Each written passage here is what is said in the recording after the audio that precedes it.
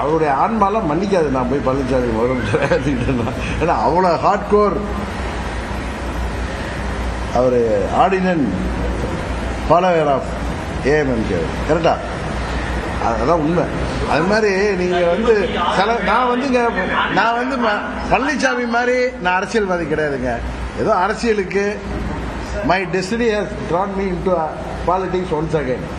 But நான் வந்து அவங்க மாதிரி இப்படி இன்னைக்கு ஒன்று பேசுறது, நேரத்தை ஒன்று பேசுறது, முந்தா நாள் ஒன்று பேசுறதுலாம் கிடையாது. என்னைக்கு என் பேச்சு ஒன்றா தான் இருக்கும். எங்கேயாவது நான் தவறாக இன்னொன்று யாரோ அன்றைக்கி நேற்று டிபேட்டில் சொல்கிறாங்க ஒருத்தவங்க, இவர் பாஜகவோட வாழ்நாள் முழுவதும் இவர் போக மாட்டேன்னா. நான் என்ன சொன்னேன், தமிழ்நாட்டுக்கு எதிராக பாஜக ஆட்சி இருந்துச்சுன்னா என் வாழ்நாள் முழுவதும் போக முடியாதுன்னு. அதே நான் கும்பகோணத்தில் மாயவரத்தில் அவர் திரு ஜெயராமன் இதை மீத்தேன் எதிர்ப்பு போராட்டத்தில் போய் பேசுகிறப்ப, இந்த விவசாயிகளுக்கு ஆதரவாக நீங்கள் அந்த மீத்தேன் திட்டத்தெல்லாம் விட்ரா பண்ணுங்க, நாங்களும் உங்களுக்கு கேப் போடுறோன்னு பேசினோம், ஆதரவு தரோன்னு.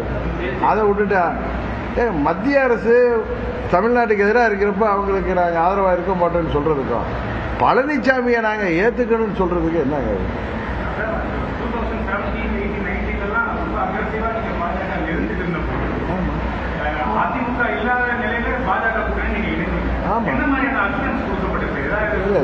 நாங்கள் வந்து இல்லைங்க, திரு அண்ணாமலை அவர்களும் நாங்களும் தான் பேசணும். நான் டெல்லியில் உள்ள யாரையும் போய் பார்த்து பேசல. அதுக்கு முன்னாடி 27 முன்னாடி போய் பார்த்துருக்கேன். திரு அண்ணாமலை அவர்கள் தான் எங்களோட பேசி, என்னோடமும் ஓபிஎஸ் மூலம் பேசி கூட்டணியை கொண்டு வந்தார். நான் அன்கண்டிஷனலாக நான் திருச்சியிலேருந்து அறிவித்தேன். ஏன்னா we didn't want to contest also.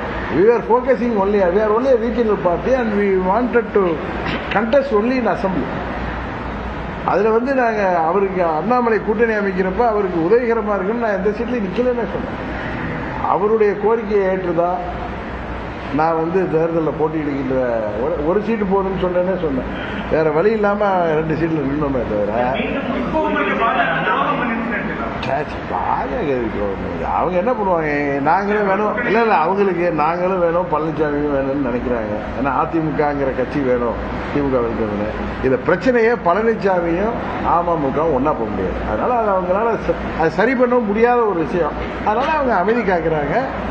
திரு நண்பர் அண்ணாமலை போன்ற நண்பர்கள் மூலம் என்னை திரும்பவும் தொலைபேசியில் பேசி அவர் இல்லை அண்ணா நீங்கள் உங்கள் முடிவை ரீகன்சிடர் பண்ணணும்னு பேசுகிறார்.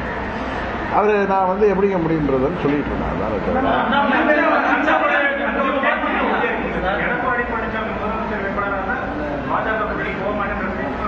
சார் நான் என்னைக்குமே நான் சொன்ன ஸ்டேட்மெண்ட்ல உறுதியாக தான் எடுத்துட்டு வர்றேன். நீங்க அதை தப்பா புரிஞ்சுக்கிட்டு மாற்றி பேசிட்டீங்கன்னா நான் ஒன்றும் சொல்ல முடியாது.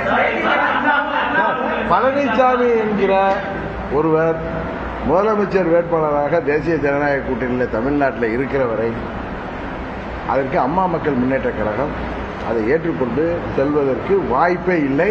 அது தற்கொலை முயற்சிக்கு சமம்னு பல முறை சொல்லிட்டேன். திருப்பி இல்லையா உங்களை மாதிரி மாற மாட்டேன். டிடிவி தினகரன்